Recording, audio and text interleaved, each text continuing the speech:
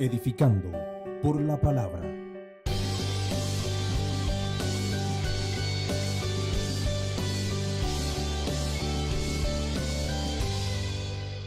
Disfruta de un programa diferente, donde siempre habrá un mensaje de esperanza, confiados de que todos los problemas tienen una solución, ya que vivimos la verdad que es Cristo. Disponte a disfrutar la palabra de Dios a través de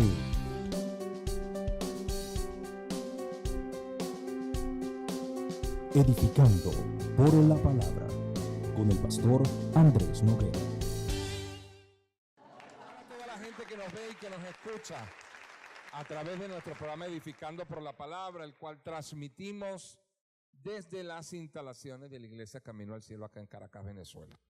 Continuamos el estudio de la identidad y hoy nos toca hablar de la identidad espiritual. En el estudio pasado nosotros estuvimos hablando de la identidad y la ciudadanía. Óigame, hubo 5 aspectos que Dios nos enseñó en los cuales nosotros no debemos basar nuestra identidad. Preste mucha atención porque eso le va a dar lugar a lo que Dios nos va a enseñar el día de hoy. Oramos, Señor, te damos gracias por tu amor, tu misericordia, presentándonos delante de tu presencia, reconociendo tu fidelidad, tu lealtad y tu soberanía sobre cada uno de los que estamos aquí reunidos y los que nos escuchan a través de esta grabación. En ti confiamos y sabemos que tú tomas el control de todo y creemos que vamos a recibir respuesta a través de tu palabra, Señor. Gracias porque tú eres el que renuevas nuestras fuerzas, como el búfalo, dice tu palabra. Y nosotros en esta hora confiamos y creemos que abrirás nuestra mente y nuestro corazón y nuestros oídos espirituales para recibir lo que tienes para nosotros en Cristo Jesús. Amén.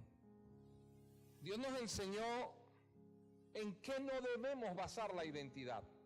Hago rápidamente el resumen, unos 4 minutos, para meterme en el tema el día de hoy. No debemos basar nuestra identidad en lo que piensen y en lo que digan los demás acerca de la fe que yo tengo en Cristo. No es que no me debe importar lo que los demás digan de mí, no, la Biblia dice que yo debo tener buen testimonio de los de afuera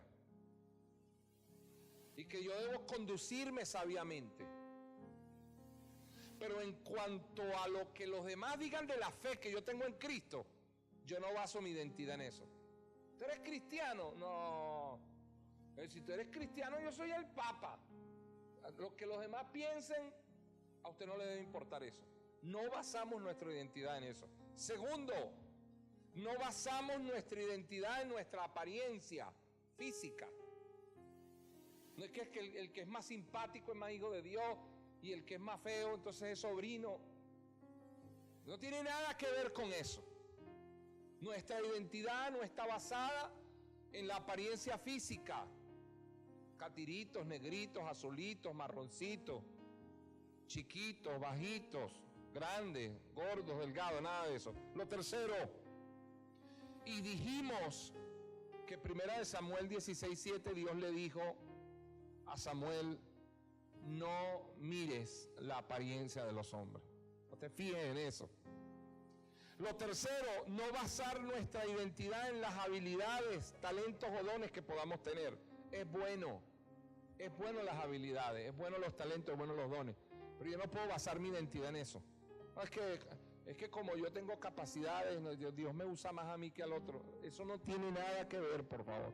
O usted está más cerca de Dios, porque como usted es el que adora, y entonces como usted es el que canta y a usted no se le van los gallos, entonces usted está más cerquita de Dios. Porque eso lo traemos del mundo. Nosotros en el mundo pensábamos que los muertos, como ya estaban muertos, estaban más cerquita de Dios. Entonces por eso le pedíamos a los muertos para que los muertos allá arriba hablaran por nosotros. No pudieron hablar por ellos que se murieron, imagínense usted ahora. No basemos nuestra identidad en eso. Cuarto, no basar nuestra identidad en nombres ni en apellidos. No basar nuestra identidad en que yo soy hijo de fulanito. Tú no sabes que soy hijo yo. Yo soy hijo del predicador tal. Eso no tiene nada que ver. Y el que es hijo de un malandro, entonces se siente menos hijo porque, oye, que mi papá ha sido tremendo tremendo delincuente. No, la identidad no se basa en nombres. La identidad no se basa en apellidos. La identidad no se basa de quién yo venga, quiénes fueron mis padres. La identidad se basa en lo que Dios dice en su palabra que yo soy. Amén. Y por último, enseñamos que no debemos basar nuestra identidad en lo que fuimos o en los pecados que cometimos. No tiene nada que ver con que el que se robó una gallina y el que se robó un camión del servicio panamericano es tan ladrón para Dios. Y a los dos los perdonó Dios. Dios no está viendo, no es que yo vengo del mundo. Mire, yo en el mundo fui santero, brujo, hechicero, palero. No, hermano, después del diablo venía yo. Eso no tiene nada que ver. Si Dios lo perdonó, usted está el hijo de Dios, como aquel que nació y estuvo 20 años encerrado y no tuvo tiempo para cometer pecado, igualito. Eso lo dejamos claro. Hoy nos toca hablar acerca de nuestra identidad espiritual. ¿Qué es lo que define nuestra identidad espiritual? Vamos a hablar de eso. ¿Qué define nuestra identidad espiritual? Dicho de otra manera, ¿cuáles son los indicadores de la identidad espiritual? Y voy a enseñar 7 indicadores. 7 indicadores. El indicador, para que sepamos de lo que estamos hablando, es un punto de referencia para obtener información per se, o sea, de sí misma, del propio indicador. Dicho indicador puede contener información cualitativa o cuantitativa. En ejemplo, los indicadores económicos. Un indicador económico te dice cómo está el poder adquisitivo, cómo está la inflación, cuál es el respaldo de nuestra moneda. Los tableros de los carros son indicadores.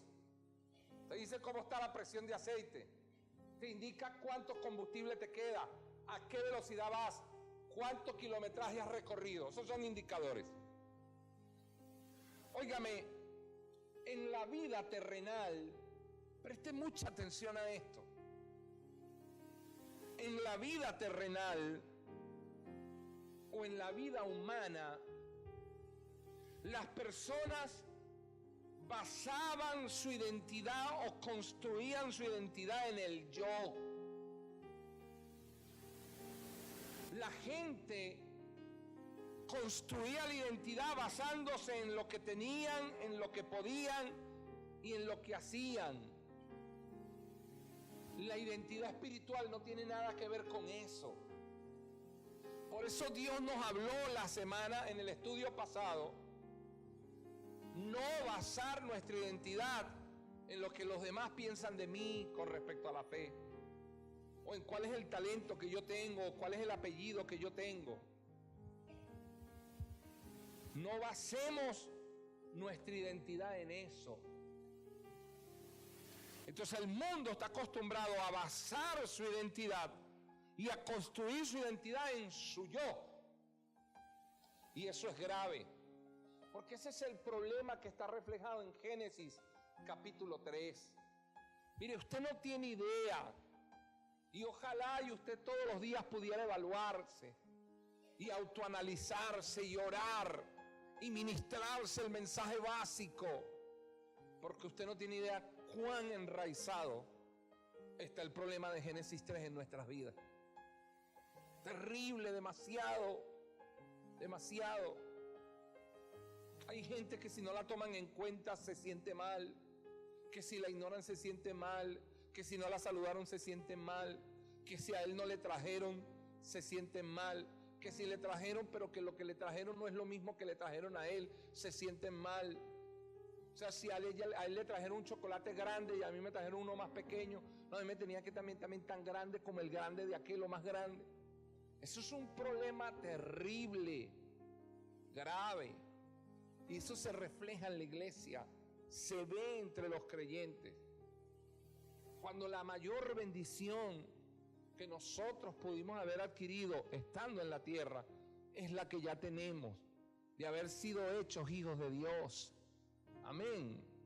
Entonces, oiga, me quiero hablar de estos indicadores y quiero que usted esté muy, muy pendiente de que yo voy a basar la identidad espiritual en lo que Dios dice, no es en lo que yo hago. Señores, cuando Adán desobedeció, ¿y qué nos va a ayudar a nosotros con el problema de Génesis 3? Aquí voy. Cuando Adán desobedeció y comió del árbol, mató todo lo espiritual que estaba en el hombre. Lo mató. Por eso se produjo la muerte espiritual. Por eso se produjo la separación espiritual. Todo lo espiritual que podía estar en Adán, Adán lo mató. Adán quedó muerto espiritualmente. Y cuando Adán engendró hombres muertos espiritualmente. Cuando engendró a Caín, lo engendró muerto espiritualmente. Cuando engendró a Abel, lo engendró muerto espiritualmente. Cuando engendró a Set, lo engendró muerto espiritualmente. Y cuando Set engendró, también engendró espiritualmente muerto.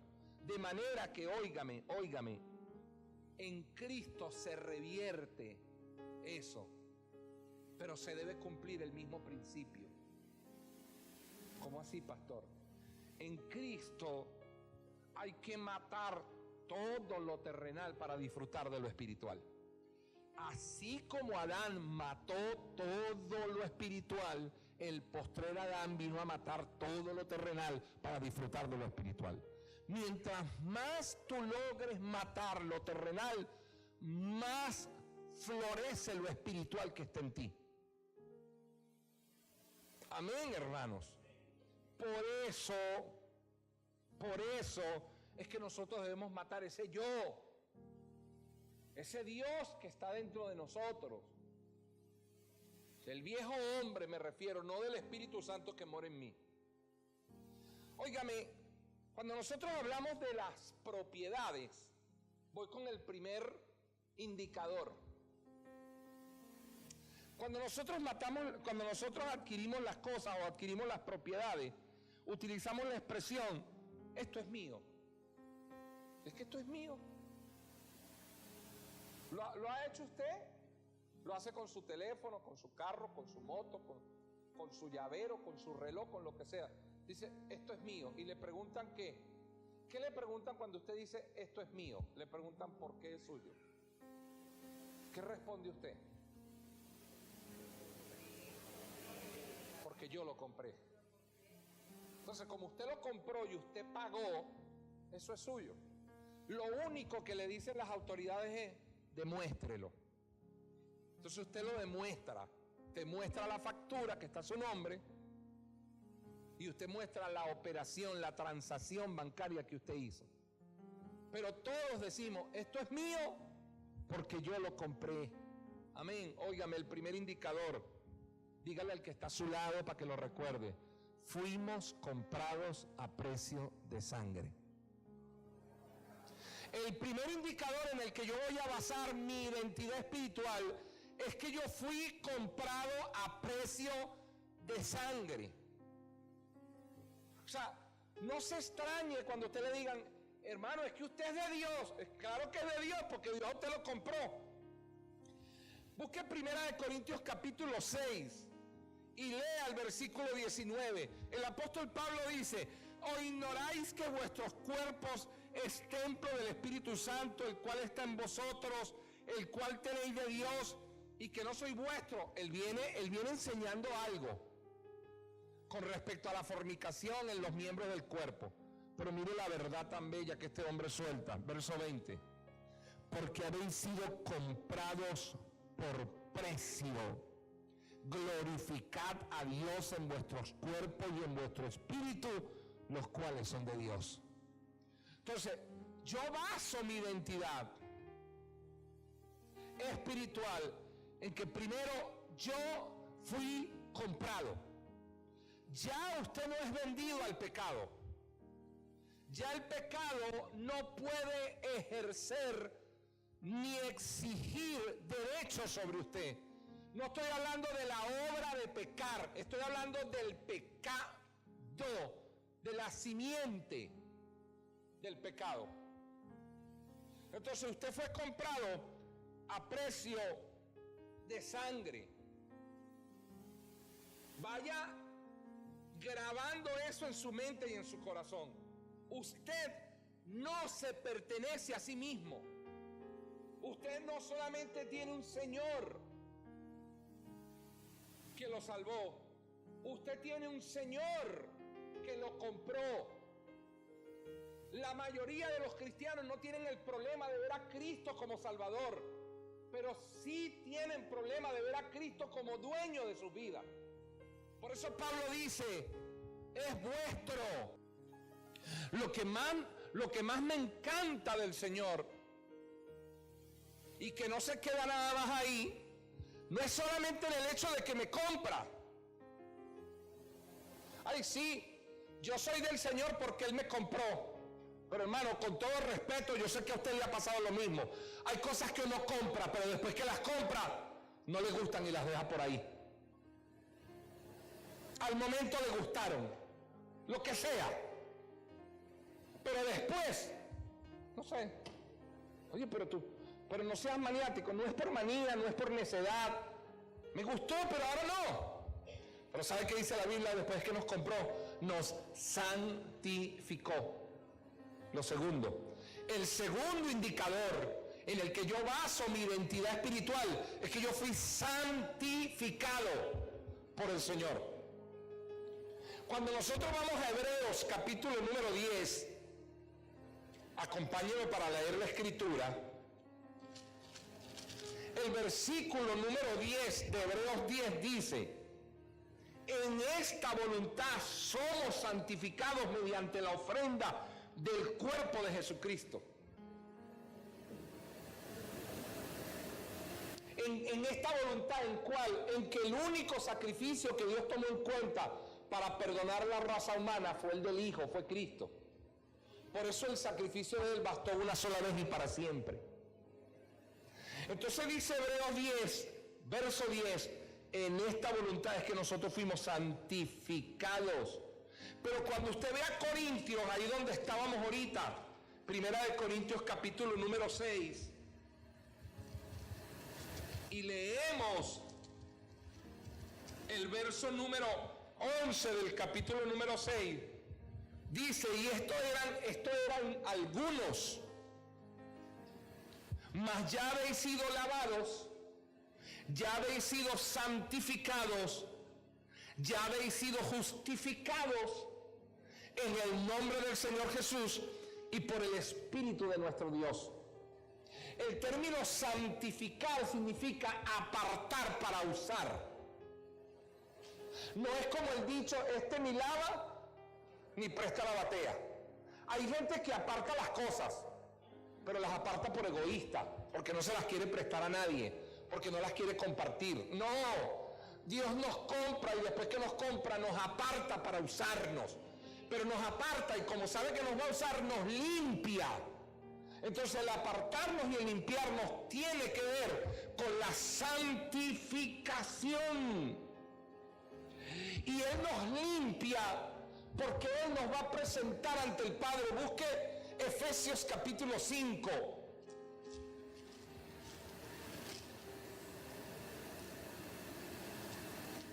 En Efesios capítulo 5, el versículo número 25 dice: maridos, amad a vuestras mujeres como Cristo amó a la iglesia y se entregó a sí mismo por ella. Este texto no tiene nada que ver del matrimonio porque el mismo Pablo lo aclara. Le da una enseñanza a los maridos, pero Pablo dice, pero esto lo digo en respecto de Cristo y la iglesia. Y mira lo que dice el versículo número 26. ¿para qué amó a la iglesia como el marido debe amar a la mujer? Dice, para santificarla. Dios santificó a la iglesia. Nadie puede estar hablando de la iglesia. No acepto cuando alguien dice, la iglesia está en pecado. La iglesia no está en pecado, ya la santificó. Lo que quiere decir es que algunos miembros de la congregación pecan. Sí, eso es lo que quiero decir. Bueno, entonces dilo como lo quieres decir, pero no digas la iglesia está en pecado. No acepto cuando la gente dice la iglesia está mal. La iglesia no está mal, está santificada, está redimida y está sentada a la diestra del Padre. Es que necesitamos tener esa identidad, porque si no cualquiera viene y nos dice lo que le da la gana y se lo aceptamos. Y no es así. Dice que la amó para santificarla, habiéndola purificado en el lavamiento del agua por la palabra. ¿Para qué? Para presentársela a sí mismo. Una iglesia gloriosa que no tuviese mancha, ni arruga, ni cosa semejante, sino que fuera santa y sin mancha. Así está la iglesia del Señor. No la congregación tal, la iglesia del Señor está en esta condición. Santificada, purificada y presentada a sí mismo, una iglesia que no tuviese mancha ni arruga. Yo le decía al Señor, Señor, muéstrame, yo quiero entenderlo. Le decía yo a él esta mañana, yo quiero entender el presentársela a sí mismo. Y yo no lo entendía. O sea, ¿cómo es? ¿Cristo te presentó la iglesia? No, me dice Dios, no. Te voy a enseñar. Me estás pidiendo, te voy a dar. El presentársela a sí mismo es ¿quién la santificó? Yo le digo, Él. ¿Él es santo? Sí, Señor, es 3 veces santo. El único que puede saber si la iglesia tiene imperfecciones no es el perfecto. Sí, bueno, entonces Él se la presentó a sí mismo. O sea, Él se la puso al frente y dijo, déjame revisar tu iglesia, a ver si tienes algo sucio por ahí, si tienes alguna manchita, un mugre. Pero como Él todo lo que lo hace perfecto, entonces Él sabía que después de haberla santificado y haberla purificado en el lavamiento por la palabra, entonces dijo, yo sé que por la palabra van a llegar a la estatura del varón perfecto. Yo sé que la obra que yo hice en la cruz del Calvario es perfecta. Entonces ellos quedaron, desde el punto de vista espiritual, ellos quedaron perfectos, ahora me la presento a sí mismo. Cuando se la presentó a sí mismo y la evaluó y la observó, dijo, wow, qué bella me quedó. Eso es usted, hermano, esa es la iglesia del Señor. Él merece un aplauso por eso. Damos la gloria al Señor por eso.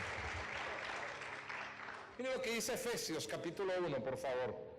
El verso número 4. Según nos escogió en Él antes de la fundación del mundo, ¿para qué? Para que fuésemos santos y sin mancha delante de Él. Ahora, el problema está en que cuando la gente lee Efesios 1:4, lee Efesios 5:26, 27, creen pero para que fuésemos sin manchas delante de Él, ¿en qué está hablando? Está hablando en el hombre espiritual creado según Dios, en justicia y santidad de la verdad. Pero nosotros lo hemos entendido como el hombre externo. El hombre externo no se puede presentar a Dios sin mancha y sin pecado, porque esta carne es corruptible. Esta carne siempre está corruptible. Ahora, no estoy diciendo esto de, yo nunca me puedo presentar a Dios sin mancha y sin pecado. No, entonces pecado ven a mí. No es eso lo que te quiero enseñar. Lo que te quiero enseñar es que en el espíritu del hombre nuevo, porque te estoy enseñando identidad espiritual, en el espíritu del hombre nuevo, Dios te ve perfecto, porque Él fue el que lo hizo. La obra en el espíritu del hombre nuevo que está en ti no es tuya, es de Él. Y las obras de Él son perfectas. Entonces, cuando Dios te hizo en un hombre nuevo, cuando Dios te compró, no solamente te compró, sino que Dios te santificó. No fue que te compró para dejarte por ahí. Compré la iglesia, pero ahora no me gusta. ¿Es serio esto? Entonces Efesios capítulo 1 verso 4 me dice que fuimos desde antes de la fundación del mundo escogidos por Dios para que fuésemos santos y sin mancha delante de Él, porque fue lo que Él hizo. Y Pablo comienza hablando esto en Efesios y después en el capítulo 5 lo corrobora nuevamente. Óigame, otro indicador en el cual yo debo basar mi identidad espiritual, voy con el tercero. Dice que fuimos adoptados. Si usted lee el verso 5 ahí en Efesios 1, el versículo dice: en amor, habiéndonos predestinado para ser adoptados hijos suyos por medio de Jesucristo, según el puro ¿qué? Afecto de su voluntad. Aquí Pablo en Efesios 1:5 está corroborando Juan 1:12, porque en Juan 1:12 dice: no intervino voluntad de sangre, de carne ni de varón. Y Pablo le escribe a los efesios, y cuando Pablo le escribe a la iglesia en Éfeso le dice: por pura voluntad de Dios en Cristo fuiste adoptado.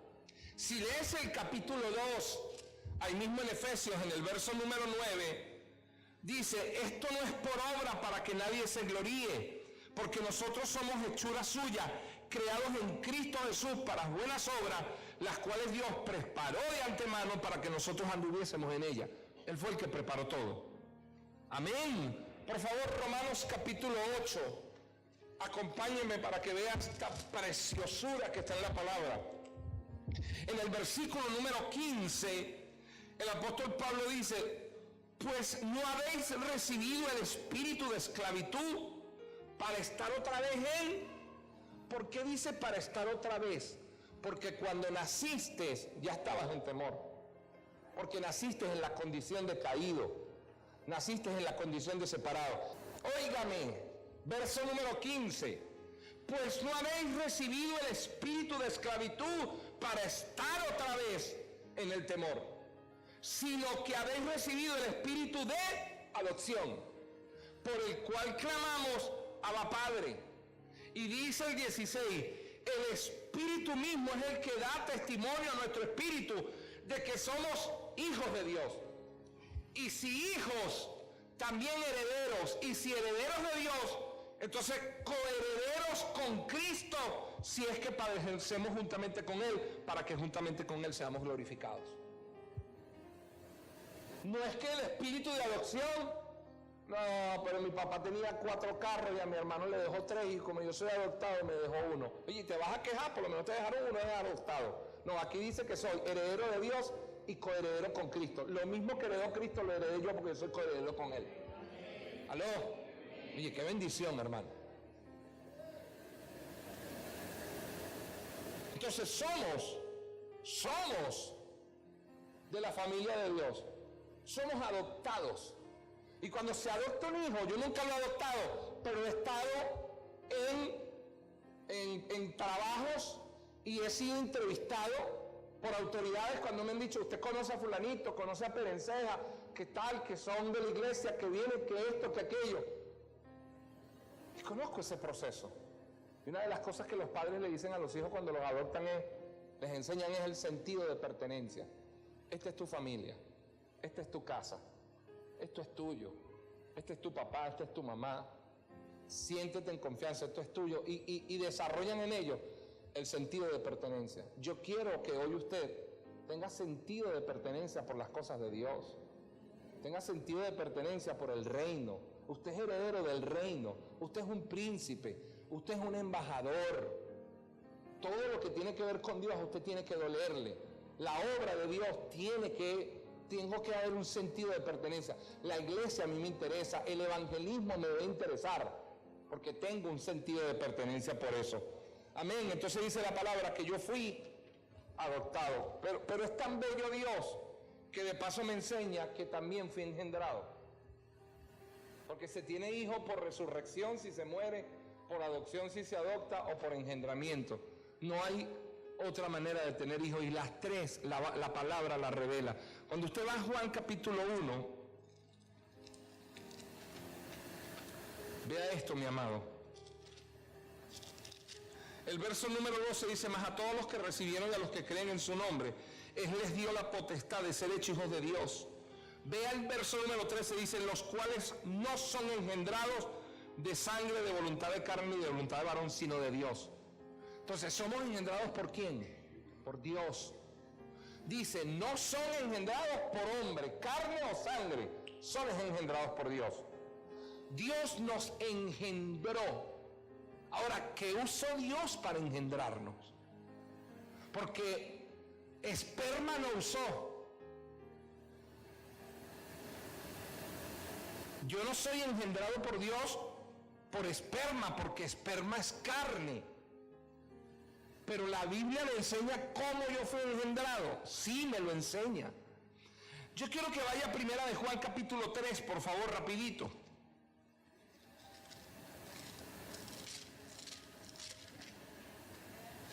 En Primera de Juan capítulo número 3, el verso 2 dice: amados, ahora somos hijos de Dios. Y aún no se ha manifestado lo que hemos de ser. Pero sabemos que cuando Él se manifieste, seremos semejantes a Él, porque le veremos tal como Él es. Está hablando de una transformación del cuerpo, que vamos a adquirir un cuerpo glorificado, y ahí seremos semejantes a Él. Somos hijos de Dios, pero todavía no se ha manifestado lo que ha de manifestarse, porque cuando se manifieste, seremos semejantes a Él, en cuanto a un cuerpo glorificado como Él lo tiene ahorita. Pero me encanta como Juan habla, dice: amados, ahora somos hijos. Amén. Santiago, búsquelo ahí después de Hebreos, capítulo 1, versículo número 18. Él de su voluntad,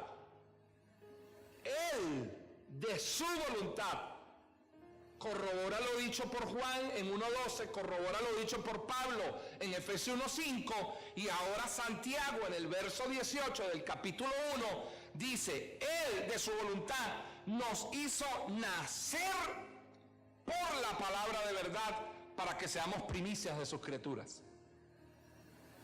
Y cuando usted va a Primera de Pedro capítulo 1, mire lo que dice el versículo número 23. Primera de Pedro capítulo 1. Siendo renacidos, no de simiente corruptible, sino de incorruptible, por la palabra de Dios, que vive y permanece para siempre. Agarre esto que voy a enseñar. ¿Qué usó Dios para engendrarme? La palabra. Lo que Dios usó es la palabra. Por la palabra yo fui engendrado, por la palabra yo fui renacido. Pedro dice: nosotros fuimos renacidos no de una simiente corruptible, porque en el cuerpo humano yo fui engendrado de una simiente corruptible. O sea, el gen de mi papá y el gen de mi mamá son corruptibles. Mi carne es corruptible. Pero cuando Dios nos engendra en el Espíritu, Dios usa algo que no es corruptible: la palabra. ¿Aló? Entonces, yo fui renacido de una simiente que no es corruptible, es más bien incorruptible. Dicha simiente es la palabra de Dios, que vive y permanece para... Óyeme, la simiente vive y permanece para siempre. Mira lo que Pablo dice, Pedro, verso 24. Dice: porque toda carne es como hierba, y toda la gloria del hombre es como la flor de la hierba. La hierba se seca, y cuando la hierba se seca, ¿qué pasa? La flor se cae. Mas la palabra del Señor permanece para...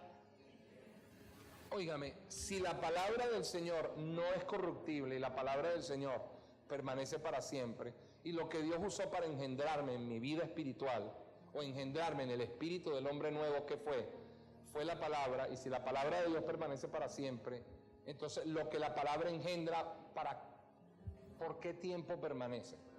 Para siempre, ¿sabes? Gloria a Dios. O sea, en la vida espiritual, el hombre que ya fue creado según Dios, el hombre espiritual permanece para siempre. Ya, porque lo que lo engendró fue la palabra. La palabra es incorruptible, el hombre espiritual es incorruptible.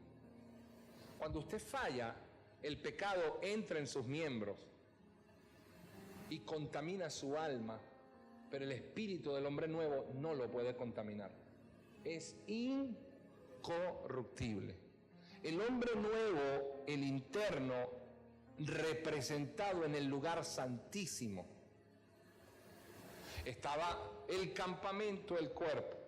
Estaba el atrio, el alma, y estaba el lugar santísimo, el espíritu. En el lugar santísimo no podía entrar el pecado. Si un sacerdote, sumo sacerdote, una vez al año, cuando fuera a ofrecer la expiación, iba a entrar al lugar santísimo y no había sido perdonado por Dios, no se había arrepentido de todo corazón, practicaba el pecado, entraba, se moría, porque en el lugar santísimo no penetra el pecado, no entra.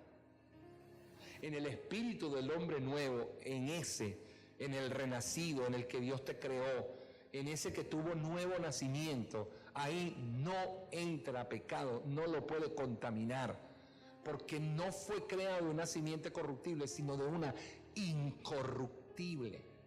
El jugo se pudre es porque la simiente es corruptible, la fruta es corruptible, el agua es corruptible. Si se hicieran jugos de cosas incorruptibles, los jugos no se pudrieran, fueran jugos incorruptibles. Para que tenga una idea. No es que usted es preservado, no es que usted tiene químicos, tiene preservativos y usted es un alimento de larga duración, pero algún día se vence. No, los alimentos son de larga duración.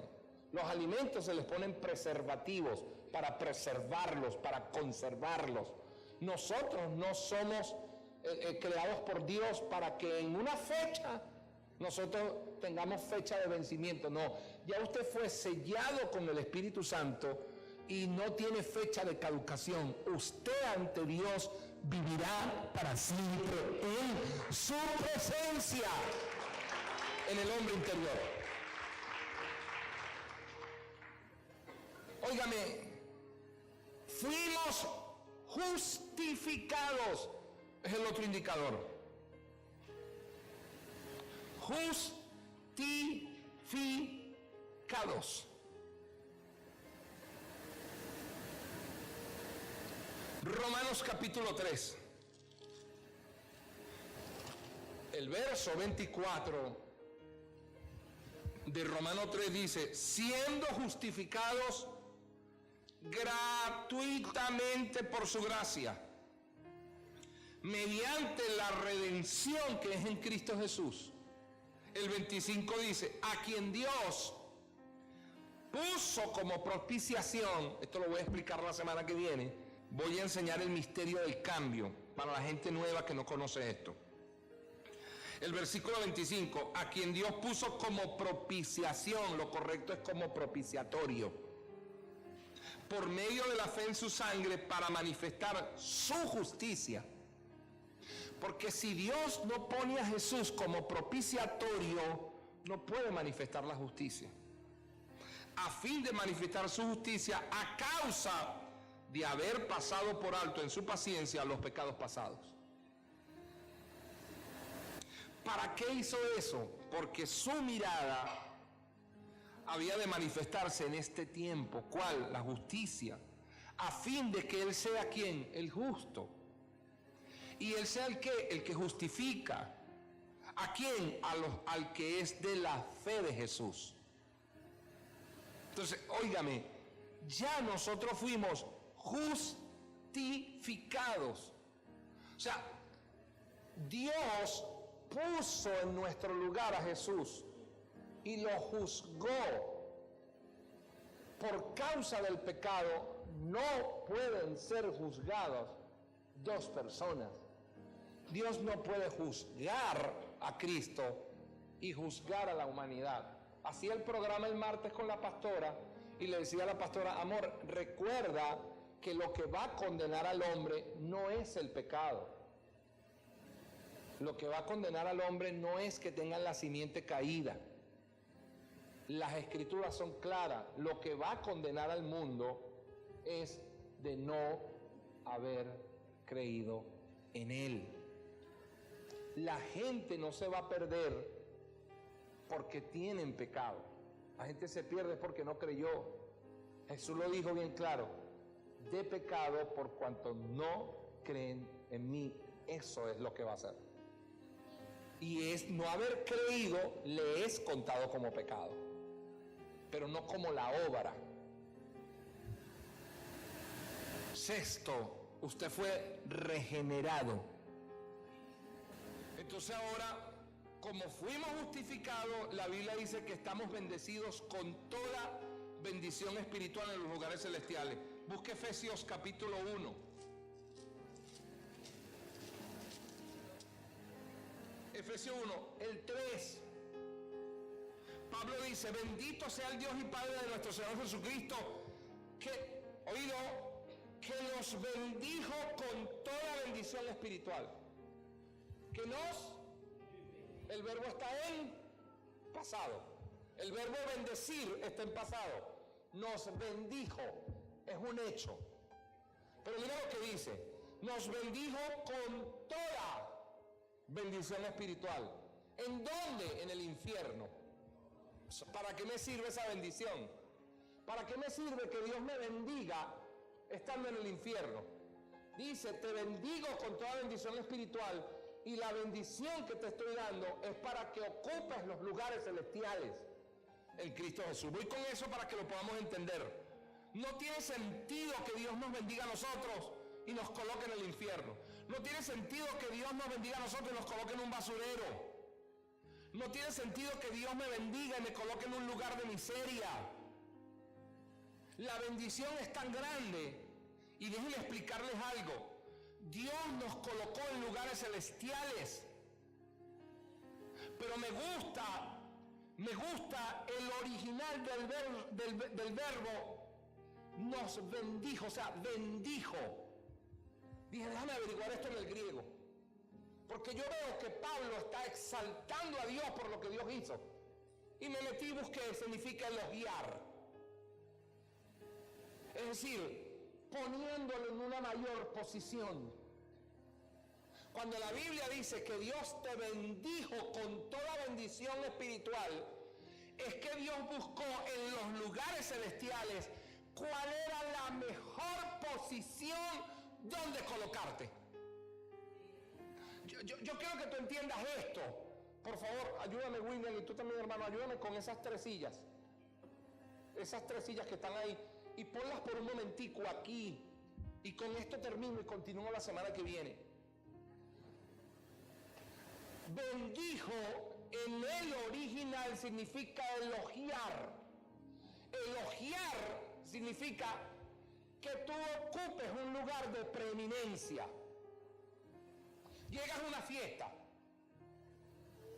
y hay 20 mesas, y está la mesa principal de los novios. Ellos son los anfitriones.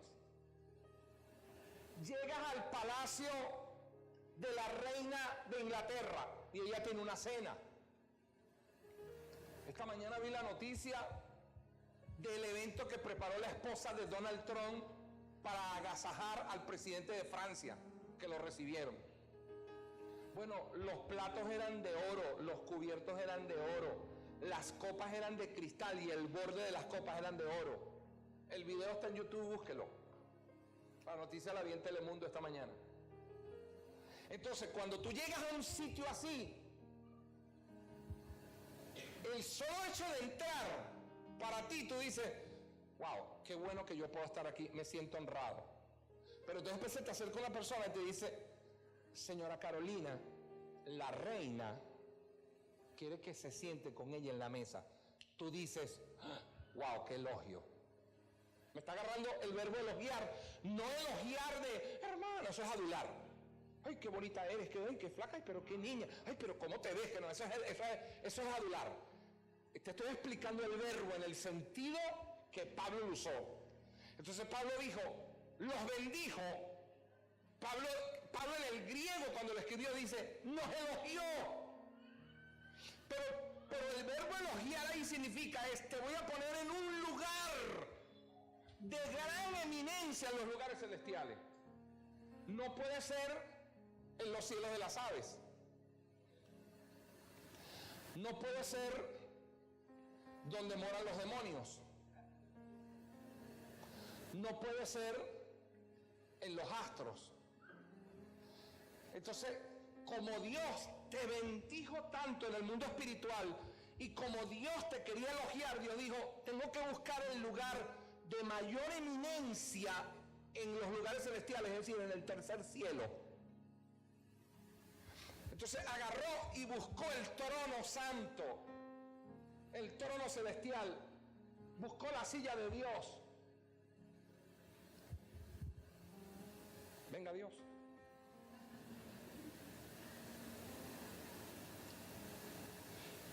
Y Dios, aquí papá, Dios está sentado en su trono. Pero como Cristo bendijo tanto a la iglesia, bendijo tanto al creyente, porque lo bendijo con toda bendición espiritual en los lugares celestiales, es decir, porque si me vas a elogiar, pastor, usted me invitó para su fiesta, sí, yo quiero elogiarte. Ay, el pastor me invitó para su cumpleaños, sus 50 años, gloria a Dios. Cuando llegue el hermano dice, mire varón, ahí me van a llegar unos invitados, recíbale los carros y esté pendiente y me los estaciona por ahí, yo ahora le mando comida. Oye, no es que no, pero tú no me estás elogiando, perdóname, o sea, me vas a poner allá abajo, tú no me estás elogiando. Entonces, cuando Cristo buscó el lugar más alto donde ponerlo, llegó al trono de Dios, pero ahí está Dios. A la izquierda no hay espacio. Entonces, voy a sentarlos a la derecha de Dios. Ven Cristo. Pero a la derecha de Dios está Cristo y ese es su lugar. Entonces Pablo dice, pero nos bendijo tanto con toda bendición espiritual que nos puso en los lugares celestiales. Pero yo los quiero elogiar, o sea, yo quiero tener un gesto de que ellos estén en la parte más alta donde pueda estar una persona que yo he elogiado, que yo he bendecido. Vente, hija. Entonces, como no halló el trono de Dios para ponerlo, porque ahí va Dios, y ni loco que Cristo va a decir, ya va, quítate Dios para poner la iglesia, porque no tiene sentido que la iglesia esté si Dios no está. A la diestra de Dios no lo podía poner, porque en la diestra de Dios está Cristo. Entonces agarró a la iglesia para elogiarla, al creyente para elogiarlo, y lo sentó a la diestra de Cristo. Entonces tú estás sentado en lugares celestiales juntamente con Él, bendecirte. Cuando la Biblia dice Dios te bendijo, lo que quiere decir es que te lo... Edificando por la palabra.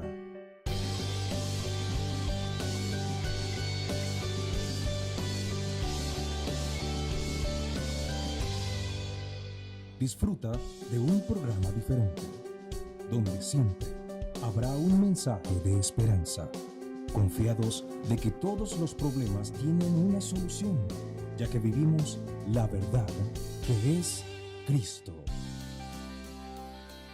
Disponte a disfrutar la palabra de Dios a través de